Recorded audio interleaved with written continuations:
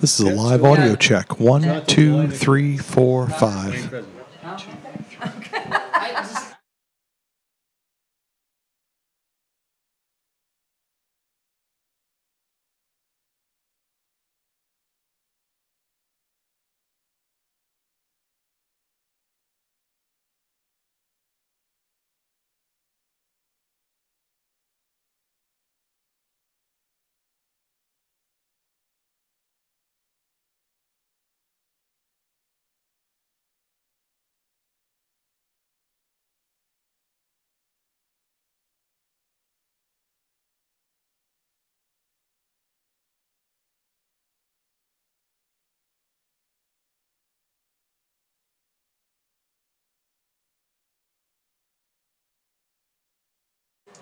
This is a second live audio check. 6, 7, 8, 9, 10.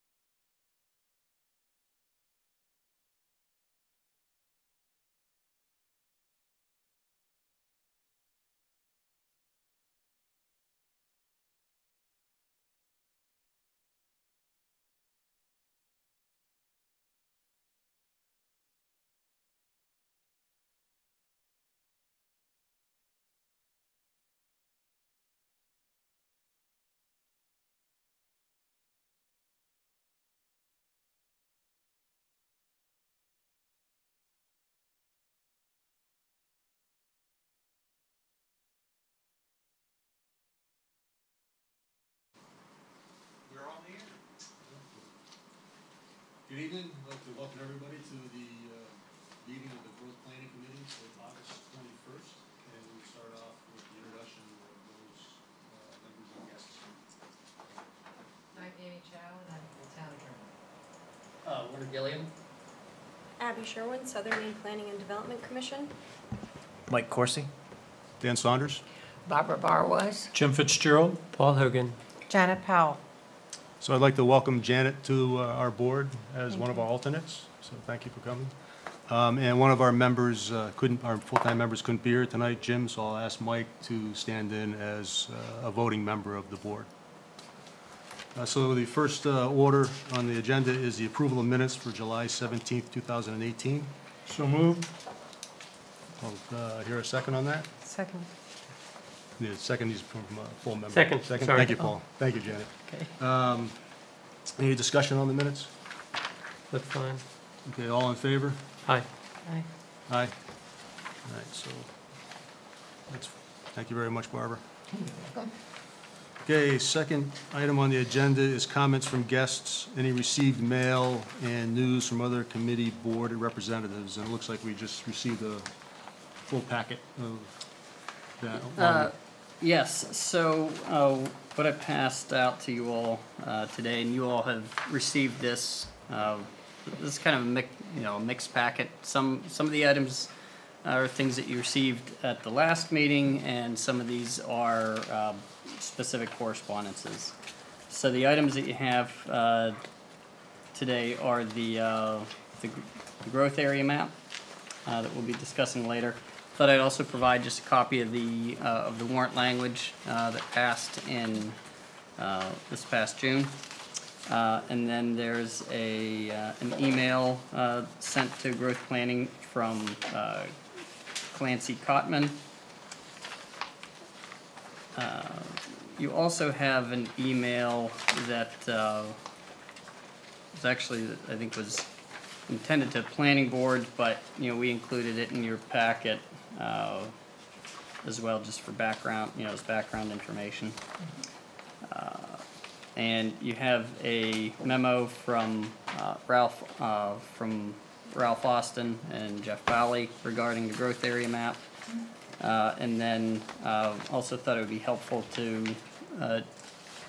give you all a hard copy of the email from Paul Hogan to the rest of the board. And last but not least, you have a copy of the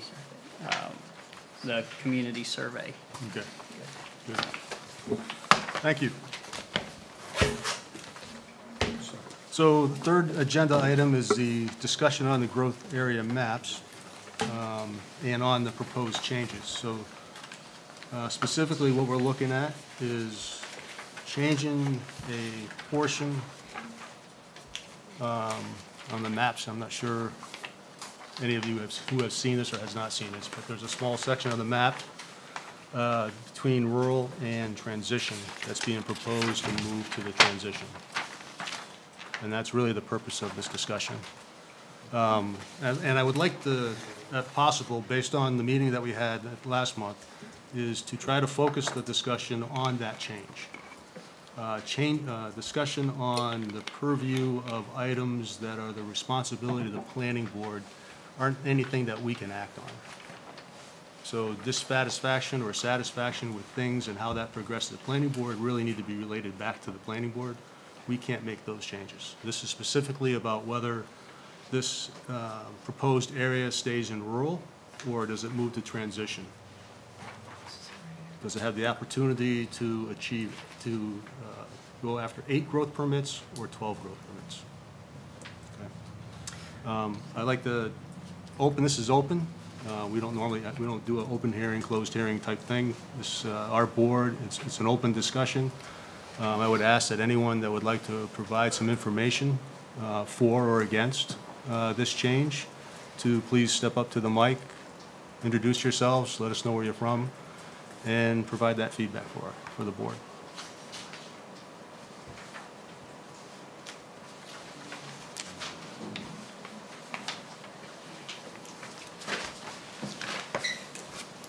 My name is Mark Veillet, 35 Kings Lane. I was in front of this board a few weeks ago where some, I think Mr. Cutman at the time, who was the front lot owner, had commented on to the idea that this extension, while being technically maybe not a change in the zoning, was definitely in contradiction with the beach agreement of which he happens to be signatory. At this time, and I'm very sorry that I did not complete that in a very formal and scientific way, so I will not disclose any of my finding, but I took upon myself to inquire with very informally and trying to be consistent with the language, and I was also very wary of reigniting the battles of past that you have known at the beach. But nonetheless, I was trying to get a feeling to see if people saw that indeed, if not to the letter, but to the spirit of that agreement, there was something that was here not so fair. And I'm sorry or pleased, depending which side you are, to say that a not insignificant majority of both front lot and back lot owner have this feeling that essentially the idea that the zoning was not going to be modified is not being respected. So I believe that you have checked with the town attorney, and it appears to be okay to the letter. I'm only here on the record to this particular group, and I could go to the planning board and other places as well, to mention that things may not be all pleasant. And I understand that this committee, maybe in particular, or the town at large, is in between two bad positions, because on the one hand, you have people who have purchased those lots and they expect that they're going to be able to build, so that you have this situation happening. And those people could well sue the town. But at the same time, if there is a reignition of the displeasure from the front lot owners and the back lot owners, who could possibly team up this one time around, it would not also be a good thing either.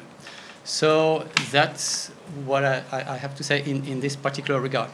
I have as well some questions maybe to this particular board in terms of your role, because I understand that you differ a lot to the planning board, which is essentially, from my understanding, more one that is concerned with, I would say, the technical aspects of adherence to the code, and sometimes matching some different parts of the language, depending if it's in one part of the code. So this is what is being done in the other committee. But I had the impression that the Growth Committee's responsibility was with trying to keep in compliance with the the long-term plan. The comprehensive plan? Comprehensive plan, complan, exactly. Yeah. I'm starting to speak a little bit like I know what I'm talking about. And I have a question here to that committee. How much of that plan is respected? Because when I looked around, I saw that several provisions of the plan in regard to affordable housing and stuff like that doesn't seem to be applied. I haven't seen, for example, that people have paid extra, to be able to build where it's not affordable. Or so, how much of the plan do you, as a group, support, and what is the status of the plan? That's a question a bit for you. Well, I support the full plan. As a member of the board, as chairman of the board, I've been on the committee since we started the rewrite of it in 2006. And our job as a board is to ensure that ordinance changes that occur are in compliance with the comprehensive plan. And other activities on the board is to support the other committees and boards within the town managing the different strategies. There are many, many strategies or action items, if you want to say, within the comprehensive plan, and helping them work through all those. And you're right, there are affordable housing. There are many topics that we still have lots of work to do. And we were aggressive on our timelines in the comprehensive plan, for sure. But I would also, we've heard from professionals that have visited us and talked to us has noted that we're one of the very few towns that works very hard towards implementing those strategies, goals, and policies of our comprehensive plan. And it's a plan that not only was supported and approved by the town, but it was also approved by the state of Maine, its planning office. So it does have some value to drive the growth in our town and to drive the decisions that are made on ordinances. So that's my position. Other members of the board are welcome to. Summed it up. Okay. Thank you very much for your comments. Anyone else have a comment they'd like to share? Okay. Members of the board, you have comments on the change? Paul, your letter, any comment from the board on, like to discuss? I just want to note that, you know, we have Amy Chow here, Yeah. who's the town attorney. You know, if there are any questions, or, you know, regarding the interaction of the beach use agreement, or if there's any other questions kind of regarding, you know, the board's role and responsibilities here, we thought it helpful just to have Amy here as opposed to doing a back and forth with a memo and a letter, and so she's here to help, you know, assist with questions. So you know, I regarding beach mean, the use. question was raised whether or not this change would be consistent with the beach agreement, so I guess we could ask that question to understand from the town's position. Sure, I'd be happy to Thank you. address. Would you like me to go up here? Would that be? Either one's fine, as long as they All can. right, as long as okay, members all can- right, Yeah, okay. thank All you. right, so I have taken a look at the land use ordinance amendment itself, and the question is whether it violates the town obligation number 5 in section 5 of the beach use agreement. And I'll just quote from that, and then we can have a discussion about it. So the town under the agreement shall not propose future changes to the town's land use ordinance that would have the effect of permitting commercial uses not currently allowed. That's one box that we can talk about. Or other new uses that would increase current housing densities in the vicinity of the beach. That's another box, new uses, that would increase current housing densities in the vicinity of the beach.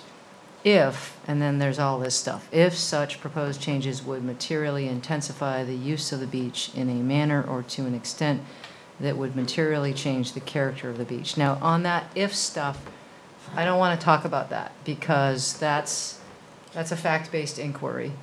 And I'm not here to opine on whether that will happen or not. And obviously, that language, I believe, was put in the agreement because the idea was that there was a sense when the beach use agreement was negotiated that the community didn't want this material intensification that would materially change. And the material piece is not insignificant. In my view, it's not just any change, it's a material change of the character of the beach. Okay, so I'm going to really not address that here. But what I would like to address is the question of whether this particular ordinance amendment has the effect of permitting commercial uses not currently allowed. I think there's no dispute that it does not do that. Growth management permits, there are permits that are for single-family residential. That's the purpose of the rate of growth provisions in your land use ordinance. Has nothing to do with new commercial uses. And I think, again, I know there's some folks in the room who were present when we were negotiating the beach use agreement, and they may recall things differently, but I think, the thought was that permitting, a future sort of intensification of the use of this Goose Rocks Beach area by allowing new commercial uses. We know the Tides Beach Club is there, we know the Goose Rocks General Store is there, but do we want to allow, the next main mall to be there? No, clearly not. And so I think that language was, in part a recognition that this is not what that community wanted. So then we go to the next section, which I think is more pertinent, and that is the question of whether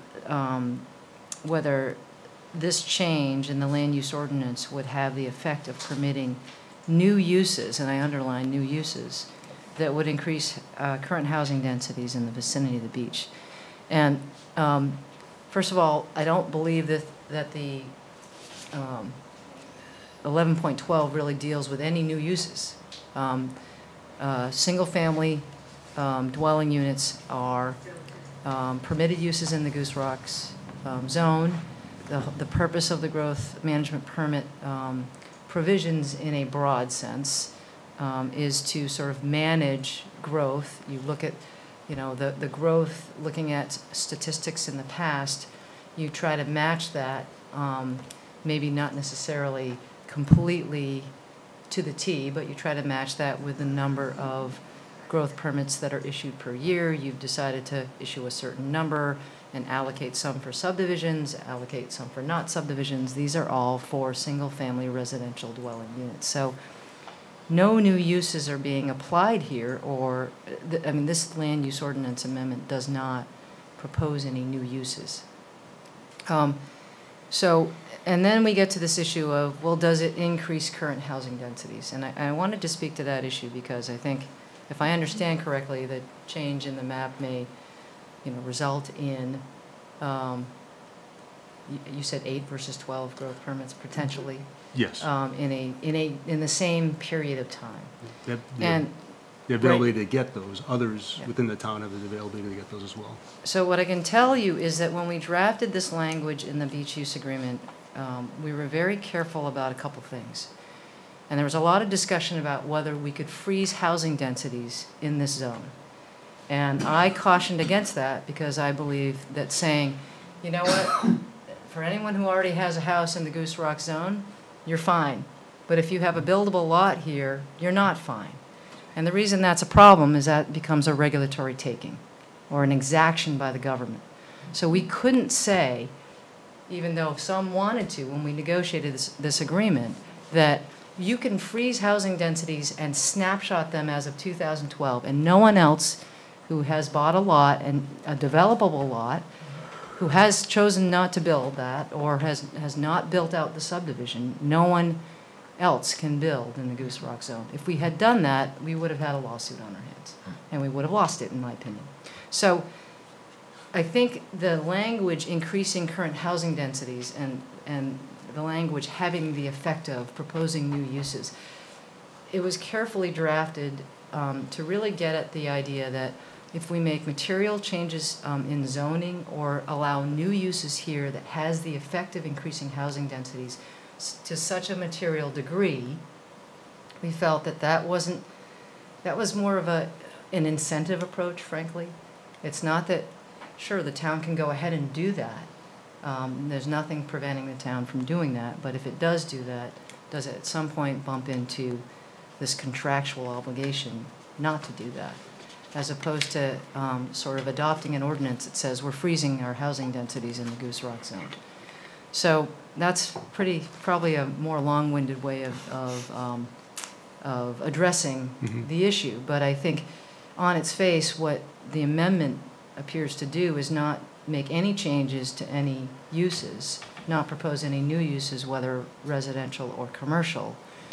And it simply allows, I think, the GPC to basically true up your growth area maps based on facts on the ground. Now you may decide, and it says, I think it says periodically you can do that. Warner and I were discussing how often this map is amended, and my understanding is that it hasn't been amended very recently. Right. And so, you may want to have a discussion as a committee about, even though you have the discretion to do this periodically, well, what should periodically mean, and what should trigger that as a committee? Should it be just a request by someone, or should you be doing it on a more sort of systemized basis? Meaning we do it once a year, we do it once every 2 years, or we don't do it upon request, we do it because periodically we should update our maps to reflect what's actually going on the ground. So I just throw that out there. That doesn't really have to do with the beach use agreement, but I think it maybe it informs the discussion of the committee about how you go about implementing and when you go about implementing the periodic changes in the growth area. So, Good. does that Yep. help? Thank you very much. Thanks, Amy. I have a question. Warner, we have 8 rural this year. And somewhere I read, I think it might have been in some of Paul's, that you mentioned that we've had an exponential increase in the rural area. And I was just wondering, how many of those rural, were they scattered throughout the town? Were some of them applied against people who have purchased at Binnacle Hill? How did the 8 rural break out? So I would say they were scattered. We had one that was issued for Binnacle Hill. One. Yep.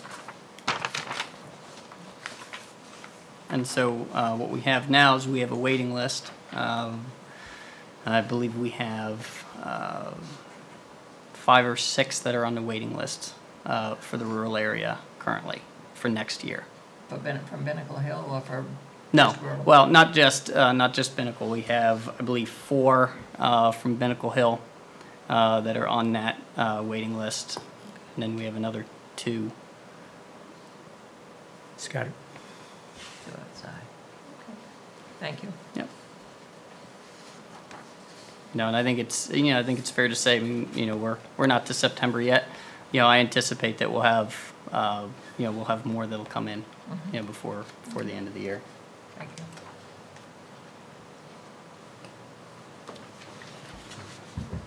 you. Are all the areas like that? No, So our growth area? no, and so I think that's it's maybe isn't a discussion for tonight, but because I think we could spend a couple of meetings certainly talking about this, and I think that's when you look at the ordinance, it talks about doing a periodic review of what's happening. I will tell you, I believe we've only issued 2 for the growth area, which has a capacity for 20. And similarly, we have issued a small number in the transitional zone as well. And so I think what that periodic review really entails is taking a look at, all right, we have this growth management permit process. We have these 3 different areas in town, and at some point, we should look at, where the permits have been issued, over the course of the past number of years since we've had it in place, and have a holistic discussion of, is this doing what we want it to do?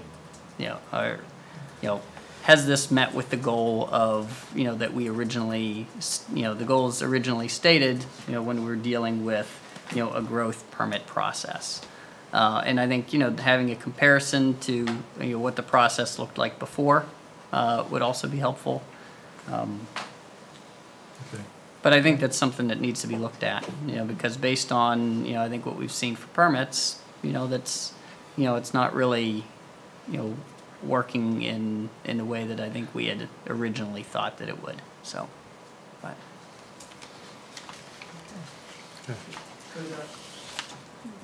I'd ask you to, Could I ask? What was those goals of saying this? As you think about what's if you're going to change it or not, can you see the items when the comprehensive plan or other things were put in place that came to the idea of those growth permits? What was the goal of creating those growth permits? yeah, I mean, originally, this is all in the comprehensive plan under land use. This is chapter 8, right? And you can download that off our website, off the town's website. But originally in 2003, and I'll read right from what it states here under analysis of growth cap. In 2003, the town enacted a growth cap limiting the number of permits with new dwelling units to 48 per year, with a maximum of 24 units per year allowed for lots and subdivisions, The intent of the ordinance governing the growth cap was to set a pace of residential growth that was considered reasonable, that would allow for some control as to not overwhelm town infrastructure or essential services. So that was enacted in 2003. And that was the only goal that was cited? That was the goal that was cited within here. Infrastructure, Right. for example. Well, yeah, I mean, the goal, if you go to 1112, which is the section on growth permits that was just revised, it lists for, I think, two are basically the same, that is facilities and town services are pretty much the same.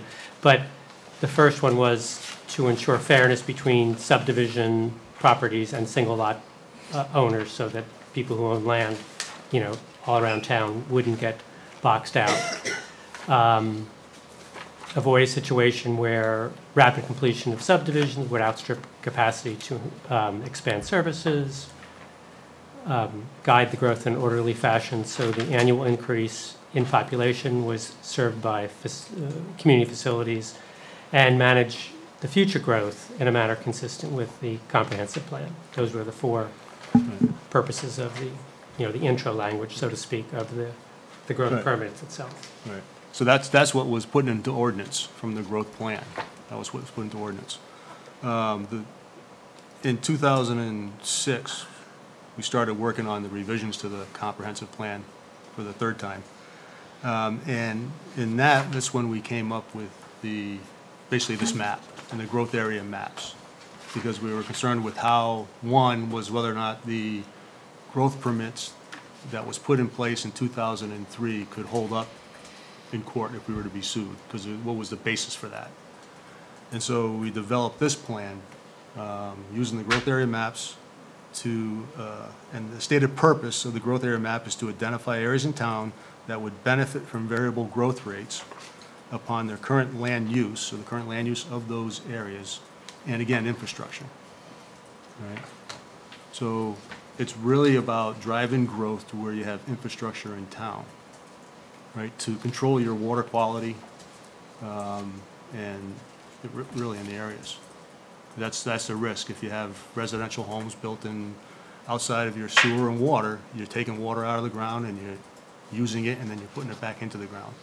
And certainly in very engineered systems, but over time those all fail or have issues and can lead to water quality issues. So having it on a septic, or having it on sewer and having city water eliminates that risk.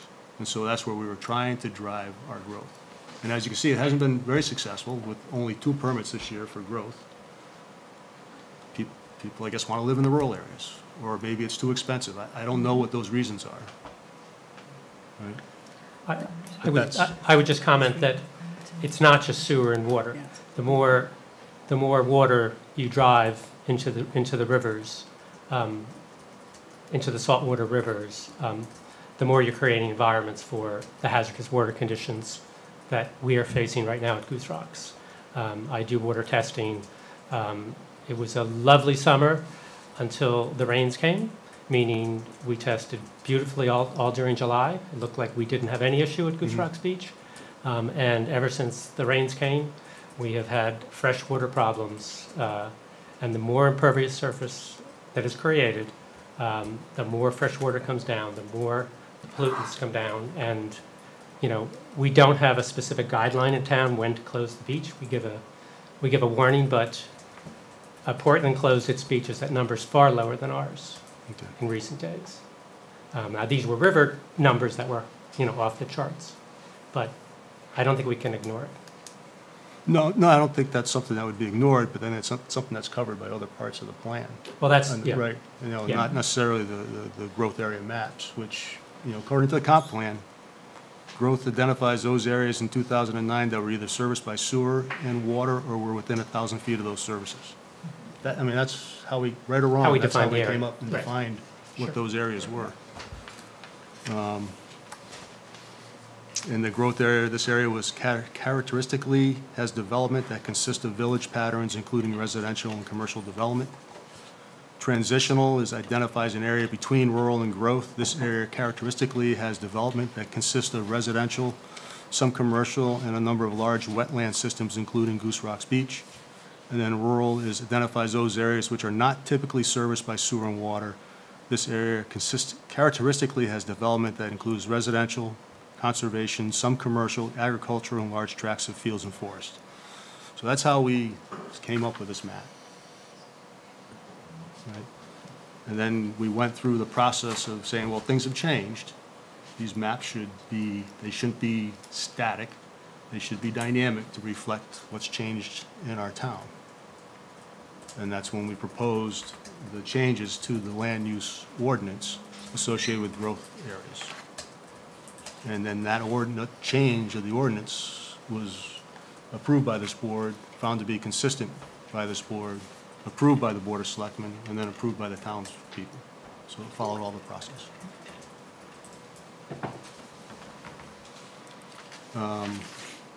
And Amy, you raised a very good point about making sure that we establish really a regimen on how we look at this. And we are actually required on a periodically, every 2 years, not to exceed every 2 years, to review this 11.12 growth management permit section of the ordinance, which was recently amended to include. So adding this to that review would be probably the correct thing to do at that time. So.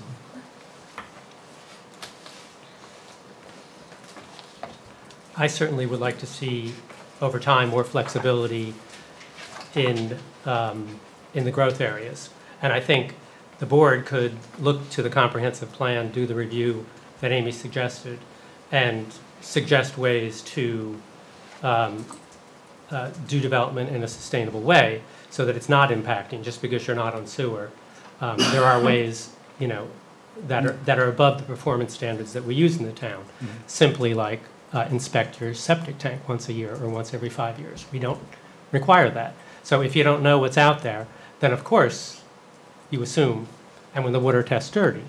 But if someone has a property on a one-off and they can develop it sustainably, I'd certainly support developing in those areas where the land is much cheaper than than in the growth area, or than at Goose Rocks, where the lots are very, very expensive. Right. What I think practically that sounds like is, it sounds like at some point in the future that, that you have a joint meeting with the planning board, to maybe have a conversation about their subdivision regs, that provide maybe some performance standards and some other options within the subdivision regs. I think that's, that's an appropriate place and time to have that conversation, and that's, I think, where you could, where you could see some, some meaningful amendments, to the subdivision standards. But I think that's a conversation you want to have with planning board, No, since it's their document that they, that they manage and that they work with. Yeah, You could have that there. positive. Yeah. You could have, there are minimum standards and there could be higher standards. There would be nothing wrong with the town adopting an ordinance to say, based upon our recommendation, that growth permits are available in the growth areas if they do, A, B, C, D, E, F, G, even though the performance standards say you just have to do A, B, and C.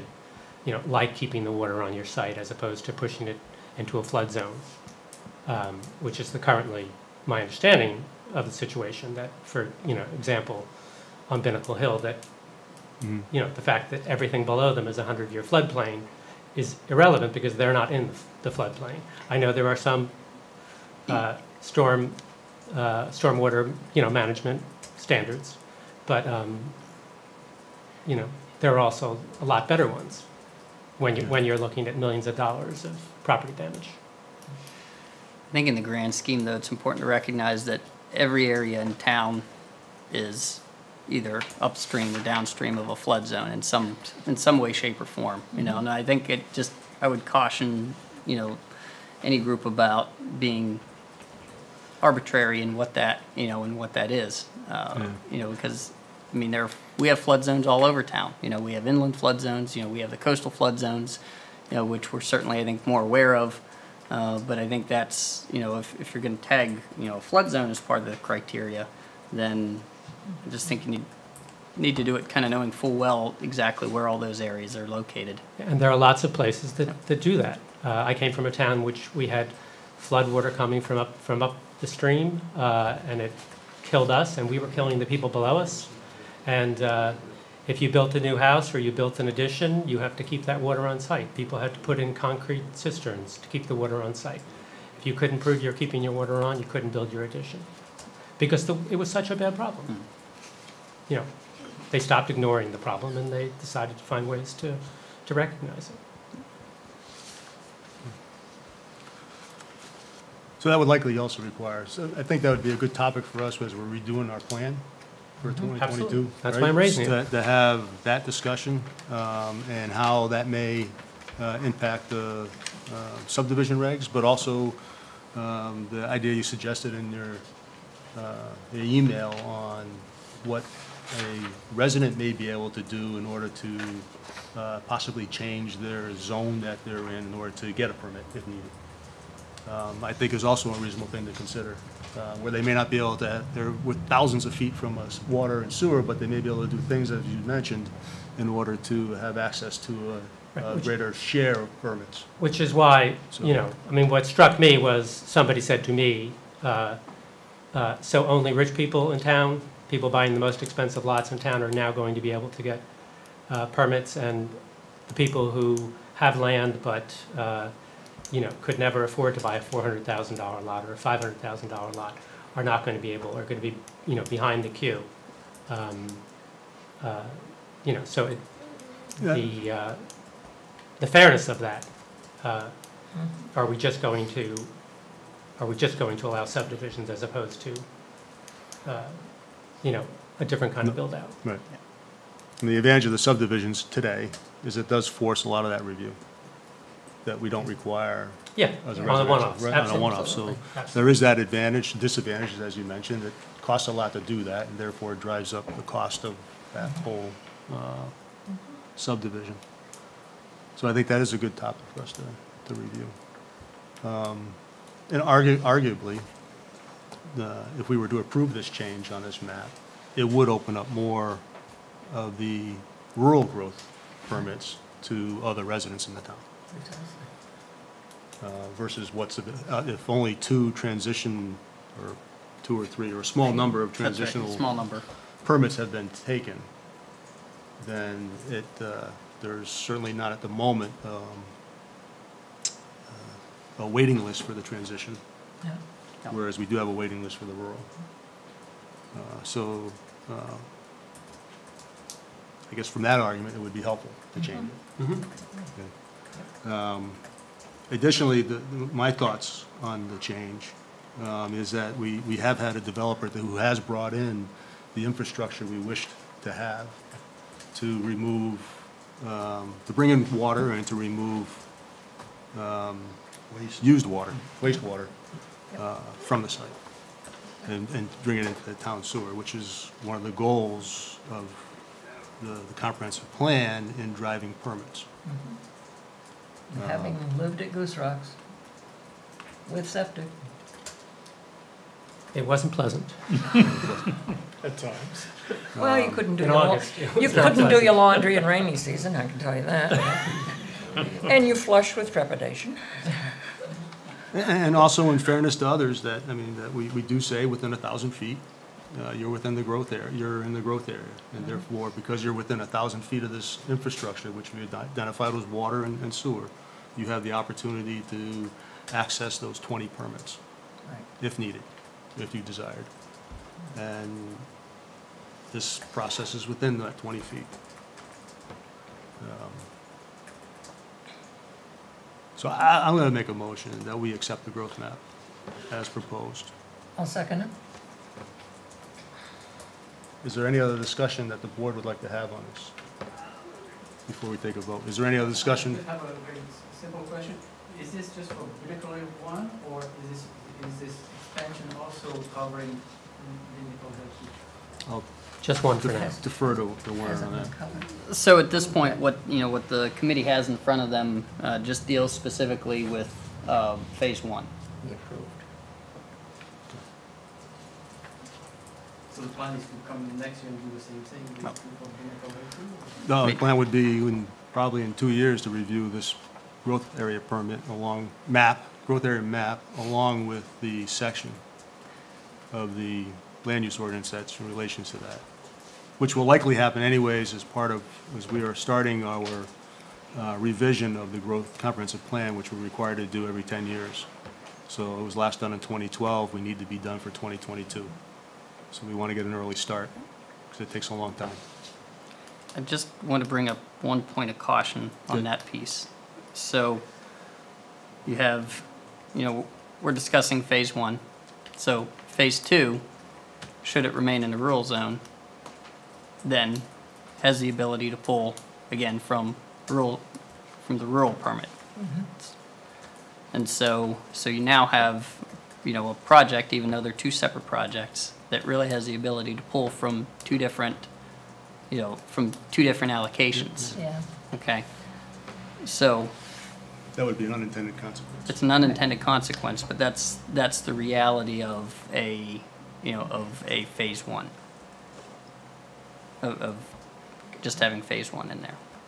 Then, could we do motion, we have a motion and approved, I realize, but this is a question.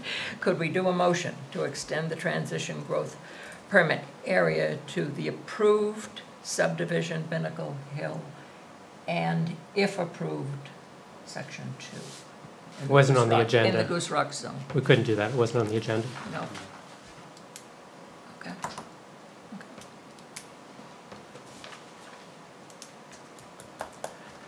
Yeah, guess- so what I've brought to you is just, was the initial discussion was just on phase 1. Phase 1? So, Okay. and I'm just, I'm bringing up, Yeah. I'm bringing up what will inevitably occur. So, I mean, When is, certainly it's up to the board. Yeah, when's Pinnacle 2, assuming all things go as Pinnacle 1 did, when would that be approved, do you think?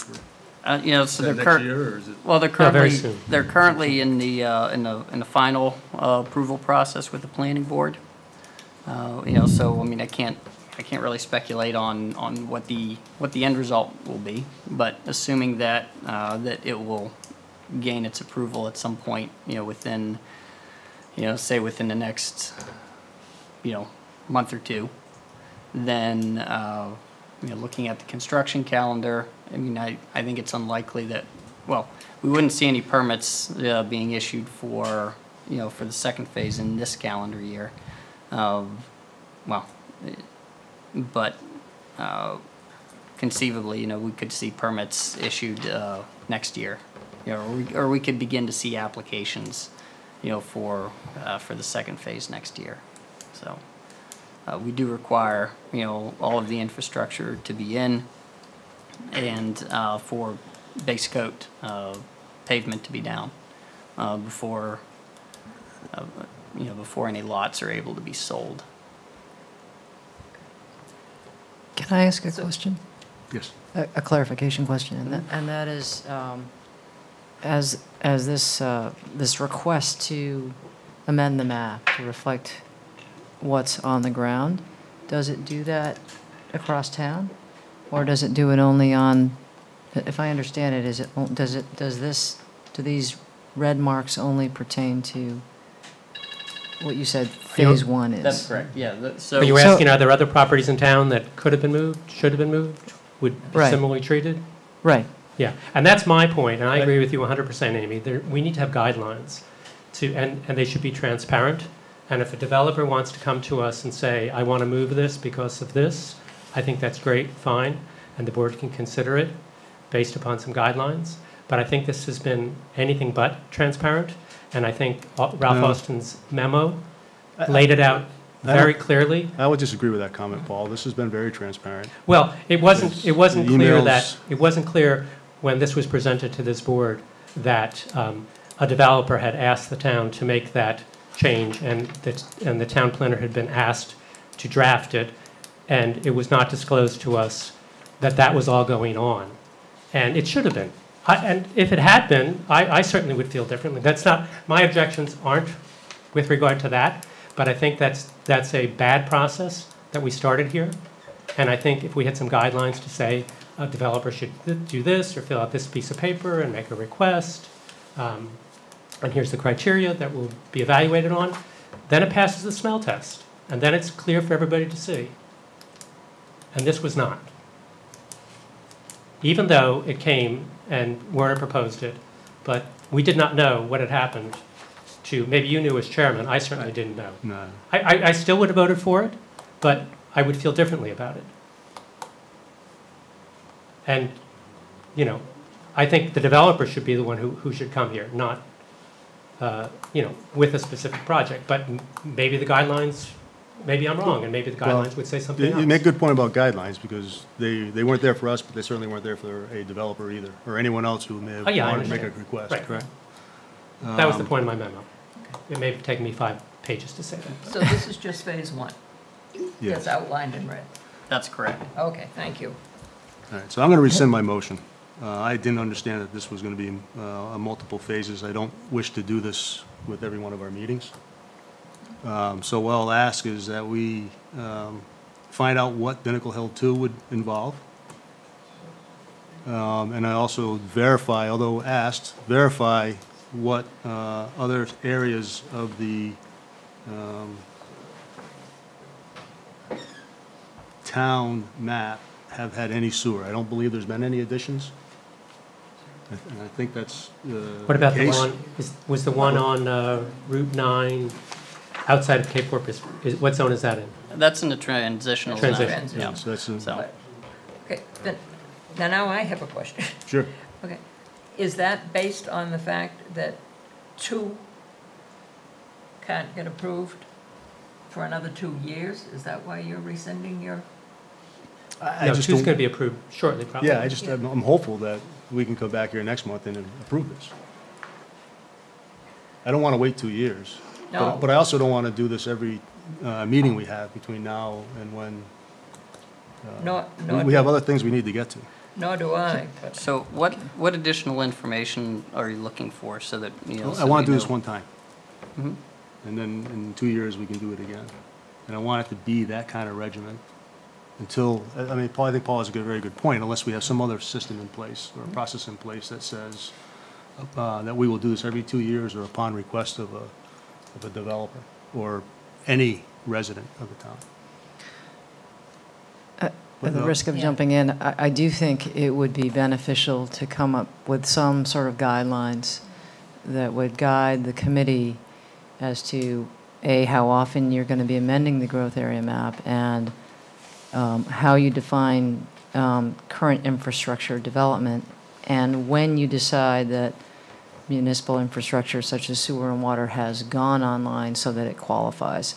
And if you do that sort of upfront, objectively, without an application in front of you, then no one can be claiming that, you know, that you're making these decisions on an ad hoc basis. Yes. And so I think what this is asking you to do is to snapshot on whatever schedule you think makes sense that you set aside, regardless of what developer wants to come before you, and then update your map to be accurate in the town, not just because someone has come to you with a particular area in front of you, but how does changing this make it more accurate in the town as a whole, as opposed to, well, someone only asked to change this one little bit. Right. And you can do that now, you can do that in 2 years, but I do think it would make some sense to sort of figure out what your process and guidelines are, and then Amy? do it in that schedule. You're welcome to. Please come up to the.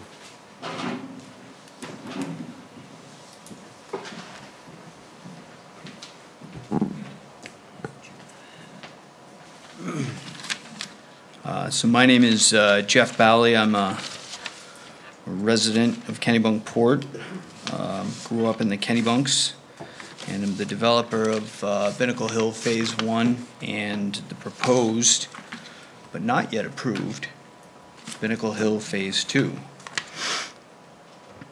So I'm listening to the committee talk about all of the issues before it, and I think it's important to understand that the matter before you right now is about the fair and equitable allocation of growth permits. And I think all the board and the public here tonight understands that. But another important question to be asking is it working? And I will tell you that it is not. It is not working at all.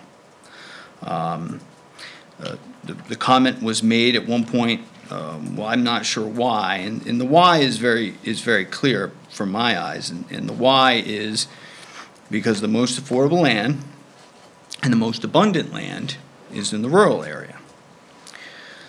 Binnacle Hill, Phase 1, represents the clear and overwhelming problem with this thought process. A development with sewer and water has been misallocated and misaligned on the growth map. It is swallowing the needs of an area that is already constricted by a well-meaning but recently antiquated plan. There are people in the rural area that need primary resident housing and need it right away and should not be limited by this problem. This is not a exercise. This decision that you're about to make has consequences. It has consequences on people in this room, has consequences on me and my family, and it has to do with people's livelihoods.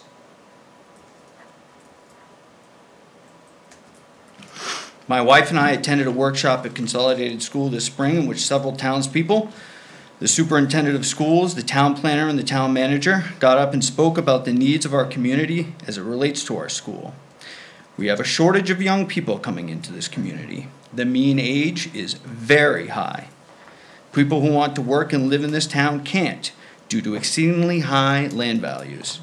Affordable housing was a district concern when the comp plan was written. It's everywhere in that document, as you know. Yet currently, if a family in the rural area wants to break off a parcel of land and give it to their kids, they might have to wait a year and a half or 2 years to get a permit. That's currently the case now, I believe. Currently, when there's how many growth permits pulled? Somewhere in the neighborhood of 12? And if somebody wants to build, I'm talking overall, right? Yeah. 8 in the rural, couple in the transitional, Right. couple in the growth.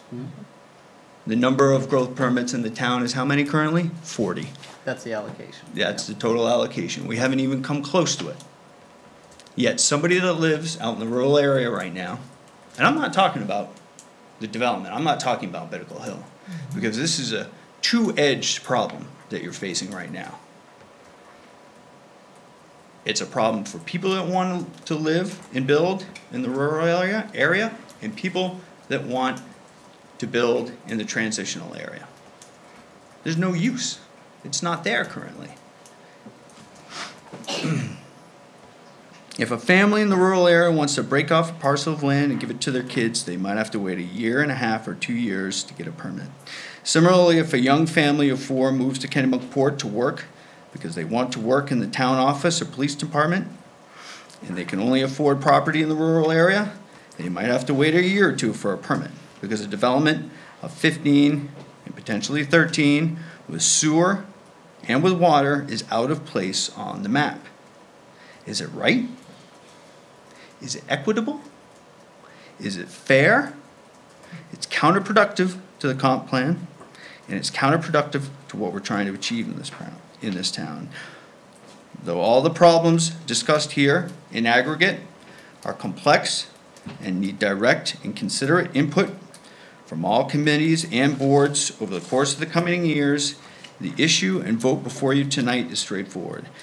Moving Binnacle Hill and the proposed Binnacle Hill Phase 2 from the rural area to the transitional area is the net difference of 4 permits. But it is a substantial and this is the term that I want you to hear, but it is a substantial and instant relief valve for this problem, which is a substantial one. It is why the townspeople provided you with the ability overwhelmingly. I don't have to remind you of the vote that was taken on the warrant. I believe there was only 2 items in that vote that received more votes than this ordinance question. A school board member who ran unopposed, and the new sewer manager who ran unopposed. Nothing else got more votes than this. Again, I use that term relief valve. It's why the townspeople provided you with the ability to make this change. It makes sense. It is a step towards the fair and equitable distribution of these growth permits. I would respectfully request that the committee vote on this matter this evening and vote in the affirmative. Thank you for your time. Thank you, sir. Yeah, absolutely.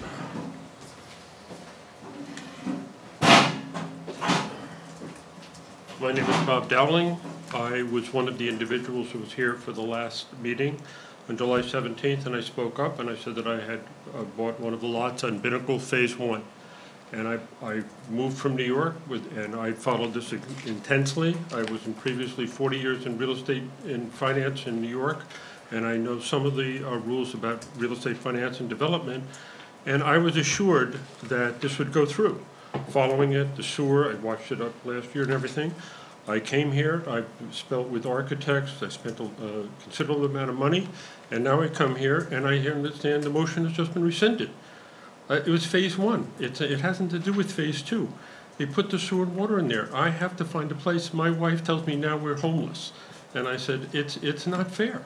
It is not fair. I went on all the legitimate reasons for the infrastructure and everything. This town has always been fair. I've been coming up here for years. This has to get approved for Phase 1. Hopefully Phase 2. I mean, this is an attractive area. Everybody knows an attractive area. I've been doing real estate all my life, and I've always heard, not in my backyard. No one wants growth. Once you get in there, that's human nature. But this should be approved. It cannot go to another meeting. I looked at all the voting records, and it was approved by unanimously.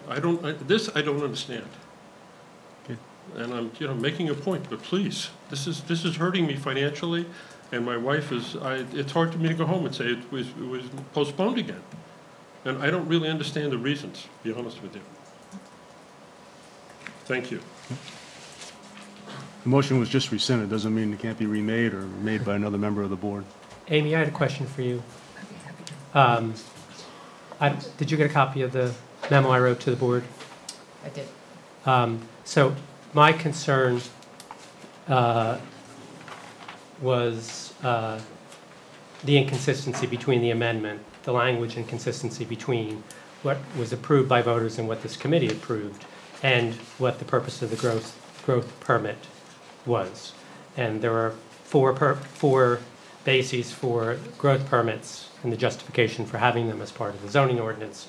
And it seems that this ignores the purpose clause, or part of the purpose clause, and simply deals with infrastructure, one of the bases for it. So one of the purposes was, of course, infrastructure related. So so I'm trying to reconcile 11.12, which didn't change, and the new sentence in H2, which is where that sentence got squeezed in.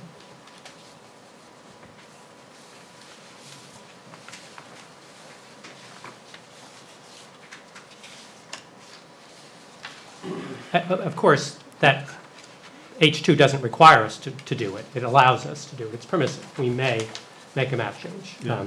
So that may have meant there are other factors to consider. The town didn't propose and the voters didn't say, you shall. It gave this board the possibility to review and to consider it.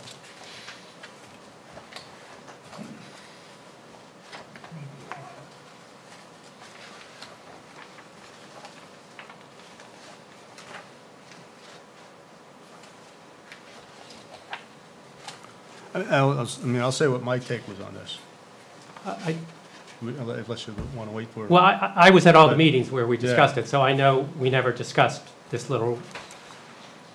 inconsistency. I certainly didn't Well- notice it, and we never said, I personally don't think there's an inconsistency. Okay. When I read this and the way it's written, with the purpose statement within the ordinance that we're talking about, right? It talks about fairness between building permits for those who are put in the subdividers and those who are single Sure. lots. I believe it's fair because those permits are open to anyone, first come, first served basis. Right? Avoid the situation with rapid completion of major subdivisions could outstrip the town's capability to expand its municipal services and guide the town's growth in an orderly fashion so the annual increase in population can be adequately served by community facilities. As you've noted, those are roughly the same thing. And in this particular case, we have brought in the services that we've identified as needing for the growth permits.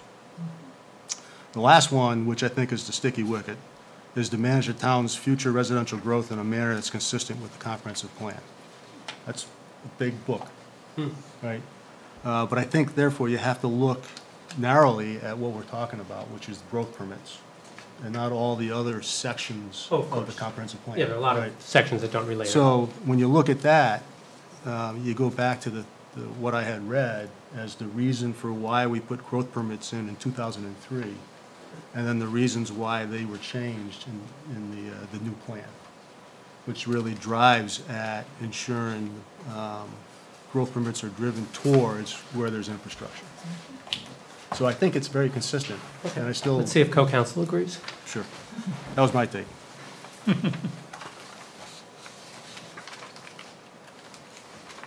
I'm not sure it's my place to opine on consistency of purpose with the amendment. I think the amendment is, when I looked at the GPC ordinance and looked at the section, I don't have it in front of me, but I looked at the section of your ordinance that allows the GPC to periodically update charts and tables in the comp plan without having to put the comp plan before the voters. I think this is similar to that in my mind. And I'm not making a direct comparison to this particular change and the purpose section. I mean, I probably could be argued both ways. I think, but I think what you're attempting to do is you have an antiquated map, right? I mean, I think everyone agrees that it doesn't currently reflect what is accurate on the ground. And if you're able to make it more accurate and then develop your growth management permit around that, or in keeping with that, then that's going to be consistent probably with the Growth Management Act and what you're trying to do. So, and I realize there are real impacts to applying this or not, but I mean, on its face, what this is intending to do, I think, is really not any different than the provision in the GPC ordinance that allows you to say these data, these statistics are out of date, and so let's bring them up to date. And then maybe we need to change some things as a result of that, so that it's based on what the facts on the ground. But I mean, I think that's what this does, and whether it's consistent or inconsistent, I don't really see it as. I mean, it could be argued both ways, I suppose. Yeah.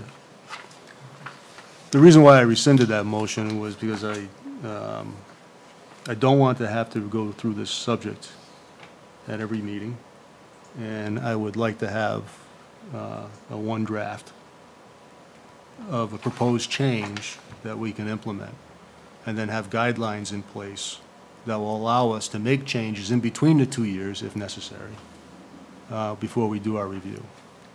And that's the purpose of this new section, to allow us to do that. Yes. So that was the reason why I rescinded. Is there going to be that much of an issue? I'm just hung up on right now, we have a waiting list of 4. We have few. We don't know how many we've had approved in the transitional, but we're sitting here looking at, 8, 9 transitional maybe, that are open, with an area that has water and sewer, which is what we require in the transitional area. We have 4 people waiting at Pinnacle Hill, but we have 2 people who are waiting to build outside in the growth area. So we're basically saying, we don't really want you. And we faced this with affordable housing. We faced it over and over. Yes, maybe it looks like we're pandering to the wealthy, but at what expense? So I will remake the motion to extend the transitional growth permit area to the approved subdivision, Phase 1, Pinnacle Hill in the Goose Rock zone. I'll second that. So any discussion would the board be willing to take up this matter to document a method for it in the future? So that we, the concerns of transparency, which I originally somewhat negated when Paul mentioned it, I think they are still valid and could be valid for owners and townspeople. So the last thing, based on our, as much as we tried to communicate on the charrette, it certainly went across to the town as we weren't very transparent, as hard as we tried to do that communication as just volunteers, just like, we're just volunteers. We're not sitting here and getting paid to be here and do that. But it wasn't done well enough so that we had a lot of angry people misunderstanding what that purpose was. And I don't want that happening again here. If we approve this, I don't want to walk out of here with saying you guys, once again, have not been transparent. That is my big concern. And I understand, a very passionate plea. I appreciate that. And that's real life stuff versus someone being mad at me for a decision I made. That happens to me every day. You're married. No, not that one. I'm not even worried about. She's great. It's other ones. Okay. So any other discussion? We do have a motion. We do have a second. Any other discussion? All in favor? Opposed? Motion passes 4-1. 4-1? Yep. Thank you. Thank you very much for all your comments. Appreciate it.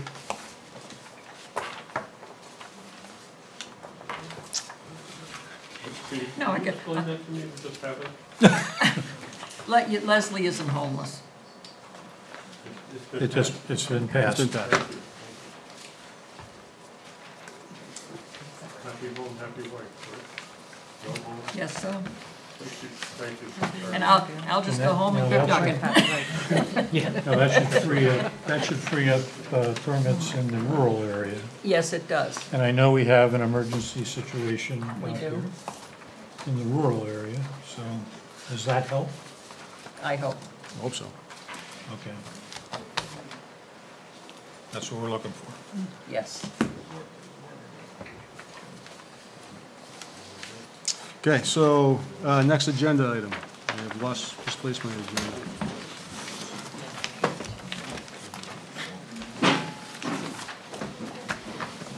Thank you.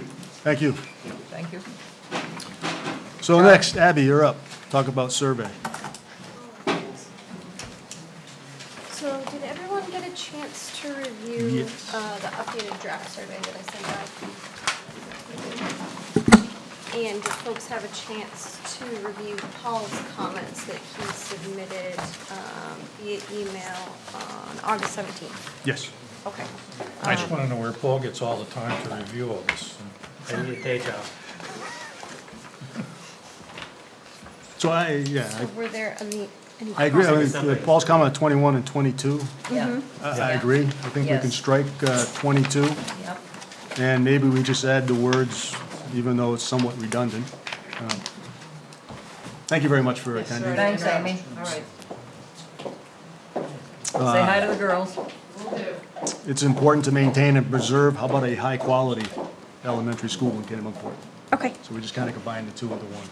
Into 21? So Yeah. just put that in 21. 21, Yeah. and strike 22. Okay. Yeah, Paul, what were your other comments? I remember reviewing them and, I have to Pretty take them much. out? yeah, pretty much agreeing to them. I have, well, I only have somewhere. one copy, but I can read them. Yeah, that'd be wonderful, thank you. So the first comment was, could we state in the intro after confidential, something like, in quotes, a similar survey was last used by the GPC in blank, and I'm assuming that's the year that would be referenced there. With the various surveys from town, I think it would be helpful for them to know that this is a once-in-a-decade kind of thing for the town. Yeah, That'd be good. yeah. Okay. I don't know what that date is, though. Is there a better way to say that? We take this survey every 10 years? Take, some way to... Or this survey. First, yeah, roughly every 10 years. Just the once in... Approximately every 10 years. I think it was 2003, so, 2000. I joined in What? 2005, so I think it before was that. 2003, that night. Three, was it? Yeah, because in 6, you were like implementing the... We haven't done a survey since I was Right. on the board. Oh, I know Since- that, but I was thinking it was one. It was actually in 99. too. What was my language? The survey has not been taken since A 2003? similar survey was last used by the GPC in 2003. Okay. Oh, take time. But I can add language to emphasize that this is Okay. not a frequent Yeah, event. this is not Yeah, frequent. yeah, Okay. let's not nail him with it. Yeah. Should we- Someone's not gonna like us. I made I mean, I just got in the Recreation Department survey. I'm like, oh, no one's going to read our survey with all these surveys. Okay, great. Well, it can affect the comprehensive plan, so. Yeah. I know, but, That should provide some yeah. impetus to. Okay. So we want to just run through the questions and then we can bring up what Paul's changes were? Yes, to yep, that? that sounds great. Because actually I was thinking in number 1, as I was reading this, do we need to add a 7th, which is a resident and a business owner? They're both. Is that? We got year-round resident, property owner, seasonal resident, property owner, year-round resident, renter, then a non-resident business owner. Would a resident business owner have different potential responses? Is this the way you programmed it, only one choice? Yes. Yeah, right. And I guess I would just ask what would be the value in separating out that sort of Or strike group of non, individuals, but if it Well, would could be you- valuable. or strike non-resident and business owner. Yeah, couldn't we Just just leave it say as business owner? Does it matter if they're a non-resident or resident? I just did want someone to feel like they didn't have a category. Well, I'm a business owner and I'm a resident. Right. I don't see my category. I could see Sheila. I fall into that category too. Yeah, you, There yeah, you Mike go. fall in that category. Oh, So, yeah. Taking the survey. I mean, how would you think you would answer something differently? I would than maybe a answer as a non-resident? year-round resident and property owner, but Right. Yeah. Yeah. You could be a non-resident and property owner as well, so Yeah, there you go. Keep going. the combinations How are, about just, Can it be programmed to select multiple? Yep. you can have more than one choice, yeah. So if we can do So I that, can say, maybe that's please the way to check do all that it. apply. Yep. And just make that a business owner separate, so then Mike, you just hit 2 spots. So do you want to just get rid of The non-resident. non-resident Non-resident. and Yeah. non-resident and just have business owner work in town? Yeah, Those 2 choices. Okay, but was there also another category of folks who own property but don't ever visit? That But they was could just put 2 mentioned? checks. They could put a work in town and year-round resident. But if they don't work in town, they're not a resident, but they do own property. Property owner would be the only applicable language for them. yeah. What's wrong with that?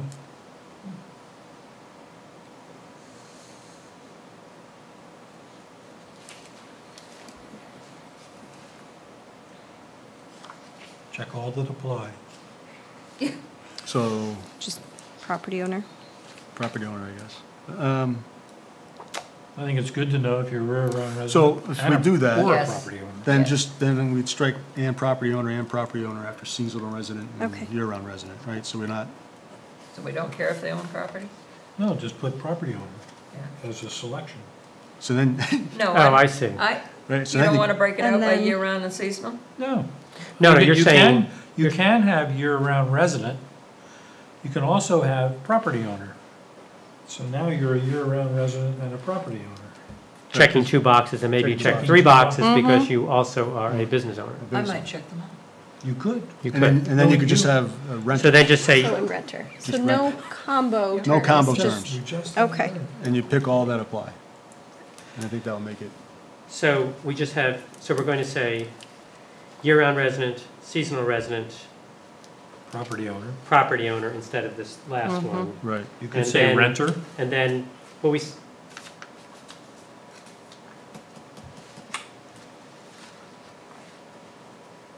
And if you want to know whether they work in town, Yeah. ask them.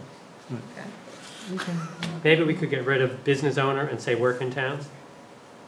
I think it might be good to have business owner. I What? like business I like owner. business owner, just because they may have different Yeah. perspective than, Mhm. Yeah. than the employee.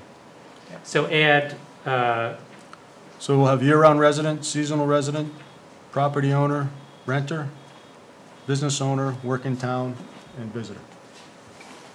okay, Do that again? we've added one more line, Yeah, we added one more line. unfortunately. Year-round resident, seasonal resident, property owner and a renter, a business owner and a worker in town, a visitor. That's it, that's the 7. So there's 7 categories. 7 categories. Maybe you could do 3 columns? Does it let you do 3 columns since we shortened them? Yeah, probably, year round. Yeah, you seasonal. could probably get away Yeah. with that. Yeah. Does that make sense? No. 'Cause- no. It does not. I can't adjust the formatting of how Right, many you can only go columns 2 there are. columns. That's okay, but it's okay if you have an extra one in one column and nothing in the other? Yeah. Yeah, if you had more space at the Yeah. bottom of this page anyway. I would just say it would make it a little more challenging to probably interpret the results. Would It it? would take more Yeah. of our time looking through the results and matching them up with what folks Can- indicated, but if Can you that's. download that into Excel? Yes. We Yeah. can, so we, Yeah. Thank you. we can manipulate Yeah. that to Yeah. do some pivot charts and stuff, Mhm. be able to show that. Okay. That's where I have a little expertise, not much anywhere else. If there are multiple property owner, should they select multiple areas in town if they have them? Do you reside in? In other words, a lot of people own a home and they also Depending own on something at Goose Rocks to rent. Yeah, but it asks where you Where you reside. reside, though. Oh, Yeah. Where you reside, so, Never mind. So let's just, That's only for two-faced people. right. Oh, I can. yeah. Yeah, okay. So that was good. Any changes to, let's back up, any quick changes to 2? I think we're okay with that, right? Changes to 3? We got all the areas?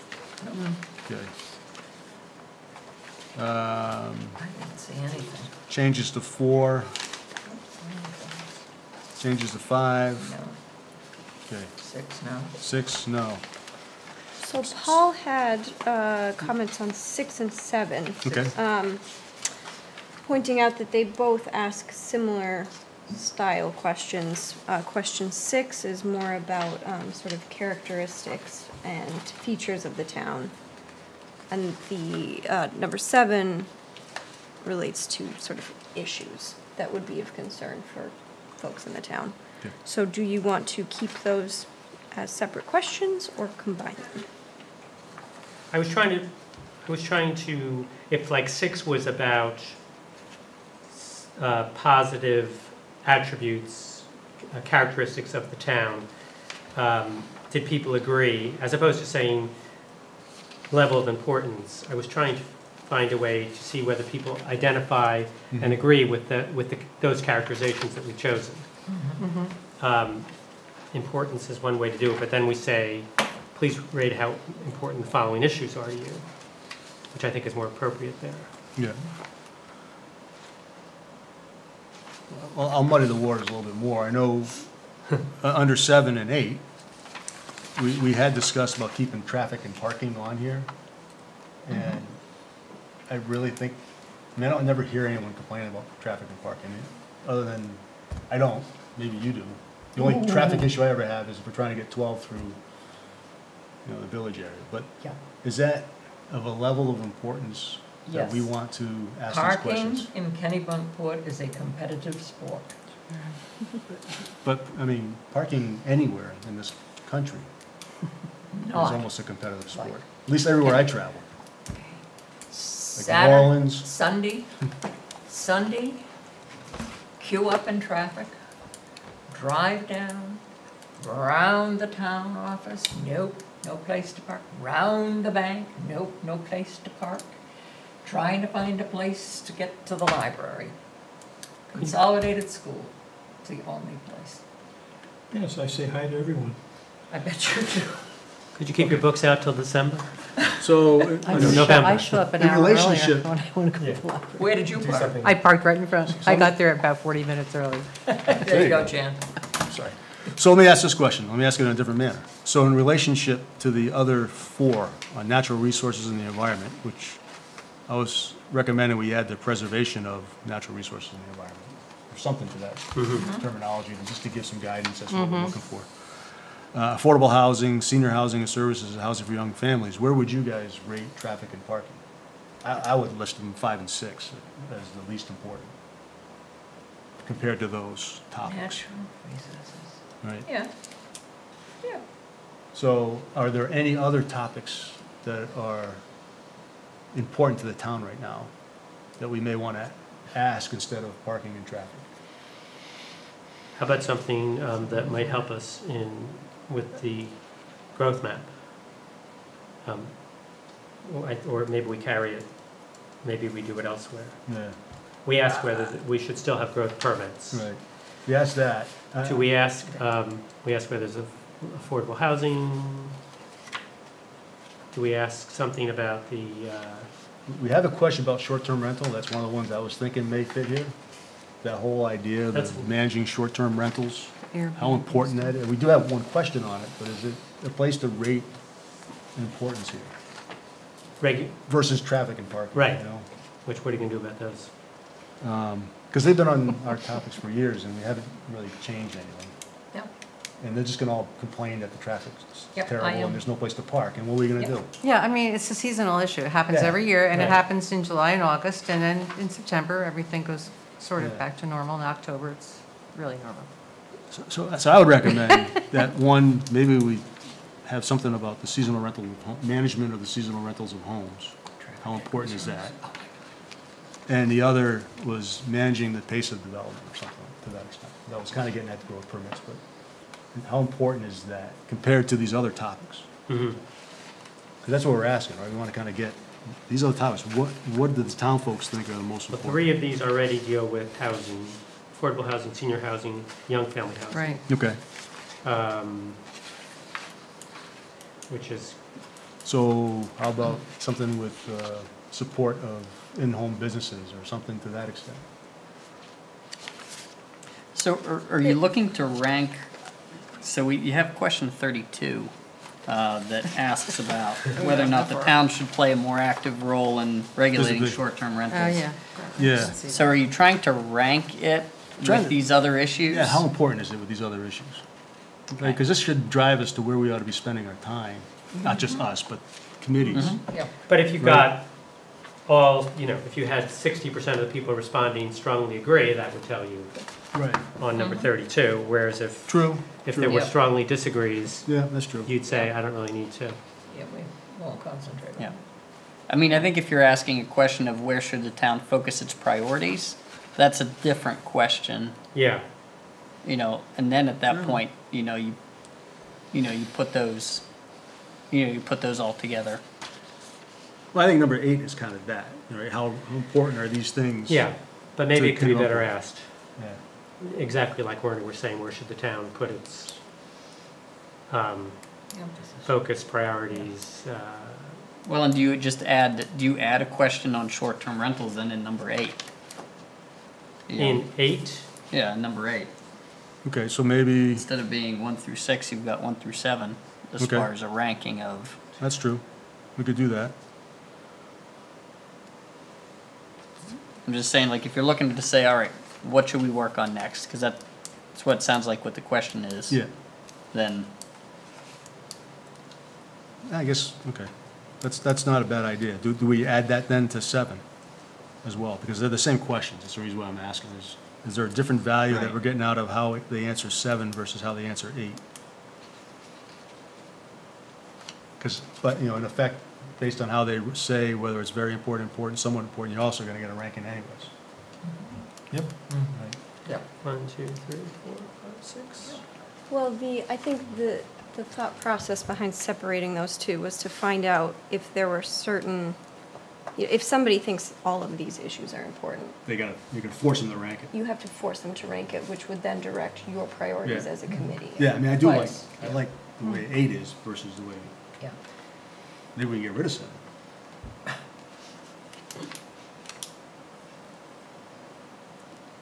But 7 gives you a different, it could be that 3 of the, in 7, 3 or 4 of them true. You're right. could get really strong marks, You're right, and you're right. other ones Yes. might not. Yeah. And you wouldn't be able to tease that out of, if you just asked 8. Okay, so how about we do this then? Why don't we just leave them as they are? Right. So we'll still get some feedback on traffic and parking, how it Yep. sucks, there's no place to park. And then we add, I think we need to add something about seasonal rentals. We've got a whole committee we just put on that. Yeah. And that'll help give them some guidance as to. I think you'll find too, traffic and parking, Goose Rocks is gonna play heavily on there. Yeah, sure. Because Right. that's, Oh, yeah. that in Let's itself not is go a to the beach nightmare. today. Okay, so add short-term rentals to both 7 Yes. and 8. Management of seasonal, Would you say short-term. regulation of short-term? Wouldn't that be the right way to say it? Yeah, regulation. Of short-term rentals? Some people might just put a no just because they say regulation. I was trying to use management, but, which is the same thing, but some Yeah, people I are just like turned off by management better. regulation. right? Gentler, I would suggest that because of the wording of the other options, like affordable housing, senior housing, that's just Short-term just rentals? short-term short-term rental. rentals. Don't say And management, don't just say say. management or Okay. regulation of. Short-term rental. Very good. Um, I'm And, easy. and then would you want to keep question 32? Yes. Which is the town should play a more Yeah. active role in regulating short-term Yes. rentals? Okay. Then that'll tell us whether they want us to really do something Yeah. about it. I would keep it. Okay, good deal. Are you satisfied, Paul, or is it? So 6? my only other would be the way we introduce number 6. Okay, Please rate the level of importance of the following.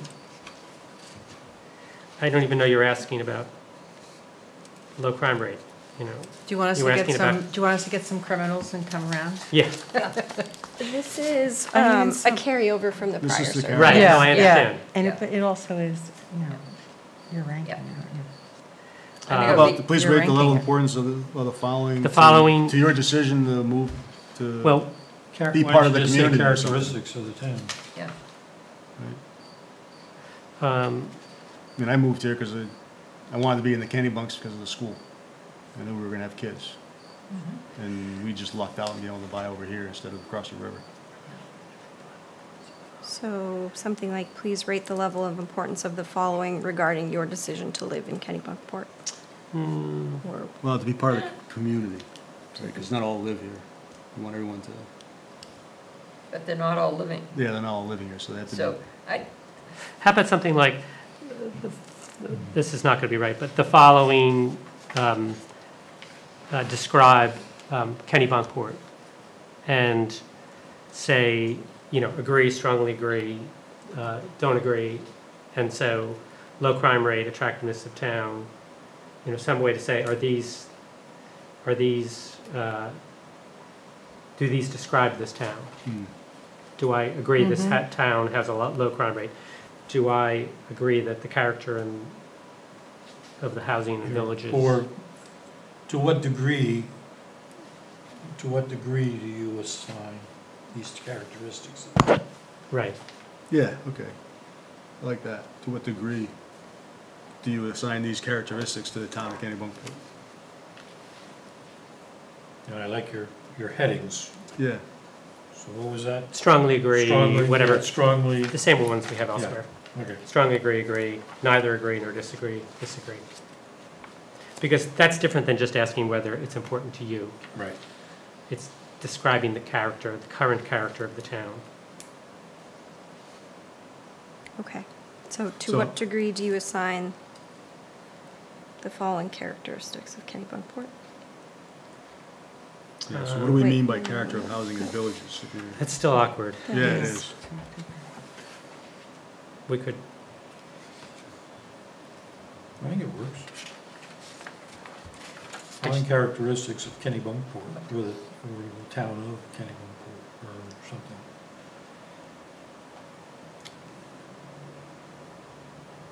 It'll work. Let's come back to it. Okay, let's go back. Yeah, that's not a very good idea. I'm free to think about. Let's put it on the board for a second, but we have to decide today. Yep, I understand. We're going to decide today. Yeah, we do, because we gotta get this going. It'll come to you. Well, All don't right, worry, it'll come to you. so we are at, we're Line good of with 8, confidence. 9, any changes? Nope, 10, nope. 11? Okay, 12, only thing I had there was, should we add, Kennebunkport has a growth management ordinance? And actually say that. Yeah, I changed that language. I Did didn't you? like, Okay. well, that was, Okay, do you have that my one was- memo Okay, what'd you on say? 12? Yes. I probably read it and then just took it as mine. Yeah, Sorry. probably. Your suggestion, Paul, was change the language to Kennebunkport has an ordinance requiring a growth permit for new residential dwellings. The ordinance sets the maximum number, ... And then I'm assuming fill in more Yeah. information. Dan, yours was even shorter, though. I liked, Well, I was just adding growth management ordinance. so Kennebunkport has a growth management ordinance. Also known Growth as growth permit permit, ordinance. that establishes the maximum number of new dwellings units that can be constructed each year. So I was just adding 2 words to the current. Yeah, I don't think we need to say also known as a growth permit. I think we can say has a growth, what's the official title of it? Growth management permit ordinance. Yeah, I think the only reason, one discussion, I remember when we had that, the only thought was to use that as educational tool. When people, Yeah, you know, what's a growth permit, and that's what it is. but the ordinance isn't the same as a permit. That was mine. No, they- Yeah, That's It why isn't. it just That's didn't, true. from a language point of view, it wasn't great. okay. So strikeout then. We can educate through our meetings like tonight. We sure did. So, So we'll just strike, Kennebunkport has a growth management ordinance that establishes the maximum number of new dwelling units that can be constructed each year. The town should continue to limit the number of new residential dwelling units. okay. Wake up. I'm starting to think we shouldn't. Okay, and then,